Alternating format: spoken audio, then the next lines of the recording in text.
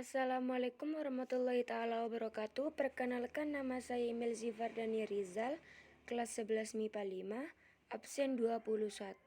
Di sini saya akan mempresentasikan tentang hasil kerja saya dalam mapel biologi. Di sini saya akan mempresentasikan tentang proses pembentukan urea. Sebelum kita masuk ke penjelasan proses pembentukan urea, apakah kalian sudah tahu tentang apa itu urea? Nah, jika kalian tidak tahu, saya akan menjelaskan tentang apa itu urea.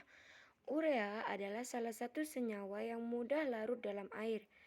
Sifat urea adalah netral, terdapat dalam urin yang dikeluarkan dari dalam tubuh. Nah, pembentukan urea ini terutama berlangsung di dalam hati. Urea terbentuk dari amonia dan karbon dioksida melalui serangkaian reaksi kimia yang berbentuk siklus yang dinamakan dengan siklus urea. Nah, pada slide selanjutnya kita akan membahas tentang bagaimana proses pembentukan urea. Nah, pada slide ini saya akan menjelaskan tentang bagaimana proses pembentukan urea. Pada gambar tersebut sudah jelas merupakan proses pembentukan urea. Lalu saya akan mendefinisikan bagaimana itu proses pembentukan urea. Pada reaksi pertama, sintesis karbamil fosfat. Dalam reaksi ini, pembentukan karbamil 1 fosfat ini 1 mol amonia bereaksi dengan 1 mol karbodioksida dengan bantuan enzim karbamil fosfat sintetis. Reaksi ini membutuhkan energi, karenanya reaksi ini melibatkan 2 mol ATP yang diubah menjadi ADP. CO2 plus NH2 plus 2 ATD, yaitu karbon fosfat plus H2PO4 plus 2 ADP.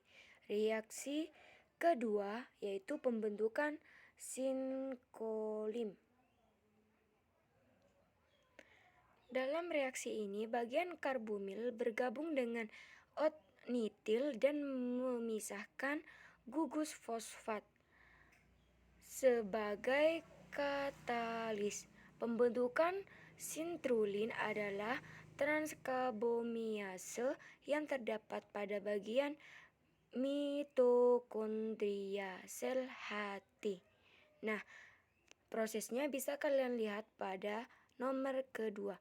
Nah, selanjutnya pada proses ketiga yaitu proses pembentukan asam argininosuksinat sintetase.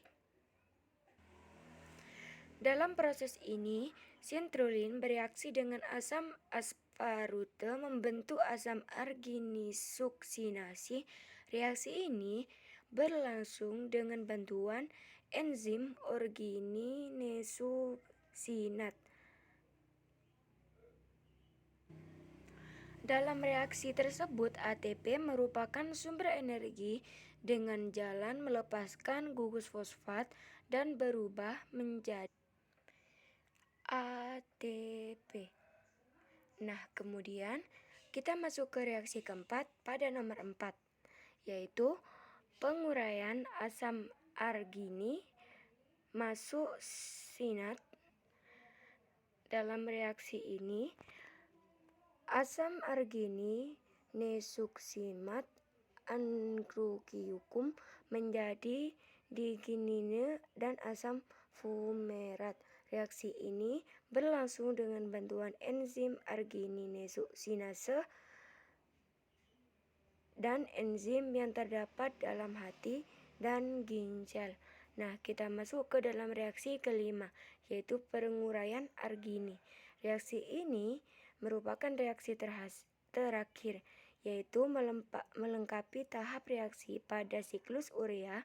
Dalam reaksi ini, arginine diuraikan menjadi urea dan ortinim, enzim yang bekerja sebagai katalis dalam reaksi penguraian ini. Arginase yang terdapat dalam hati yaitu enzim yang terbentuk dalam reaksi hidrolis ini bereaksi kembali dengan karbumil fosfat untuk membentuk styrulira. Demikian dan seterusnya yang berlangsung berulang-ulang merupakan suatu siklus, dan adapun urea yang terbentuk dikeluarkan dari tubuh melalui urin. Nah, apakah kalian sudah paham bagaimana proses pembentukan urea? Jika kalian sudah paham, kita berganti ke proses pembentukan getah empedu. Nah, mari kita bahas tentang bagaimana terbentuknya getah empedu pada slide selanjutnya ya. Nah, di slide ini mari kita bahas apa itu getah empedu. Cairan empedu diproduksi oleh hati dan disimpan di dalam kantung empedu. Kantung ini terletak di sebelah bawah organ hati dan memproduksi 500-600 ml cairan empedu setiap harinya. Selama kita makan, empedu disalurkan dari kantung empedu melalui saluran empedu dan menuju organ hati. Saluran empedu menghubungkan kantung empedu dan hati dengan usus halus. Cairan empedu kemudian membantu proses pencernaan lemak di usus halus. Sampai dengan sini kalian paham? Jika sudah paham, kita lanjut ke penjelasan selanjutnya. Nah, selanjutnya cairan empedu sendiri terbuat dari berbagai zat. Di antaranya adalah garam empedu yang sering juga disebut asam empedu, air tembaga, kolesterol, dan pigmen. Salah satu pigmen yang terkandung dalam empedu adalah bilirubin. Bilirubin juga bisa menyebabkan sakit kuning bila menunjukkan terlalu banyak di dalam darah dan jaringan tubuh. Lalu bagaimana proses pembentukan getah empedu? Nah, proses pembentukan getah empedu bersumber dari pencernaan hemoglobin eritrosit yang telah ke dalam ataupun bersumber hemoglobin, maka akan berupa hemin. Zat besi dan globin akan dikandung di dalam hati dan mentransfer ke sumsum tulang untuk bahan utama pembuatan sel darah merah baru. Helmin akan menguraikan sebagian bilirubin dan beriferdin. Kedua zat tersebut yang pula lah zat penerima warna bagian cairan empedu, sehingga cairan empedu berwarna hitam atau biru. Zat warna tersebut akan menjalani oksidasi sebagai urobilin, lalu urobilin diekskresikan keluar badan melalui feses dan urin. Zat inilah yang membagikan warna kekuningan pada feses dan urin. Sel-sel darah merah dirombak di dalam hati. Hemoglobin yang terkandung di dalamnya dipecah menjadi zat besi Fe, globin, hemazat besi, dan globin didaur ulang. Zat besi diambil dan disimpan di hati, sedangkan globin dimanfaatkan untuk pembentukan hemoglobin baru.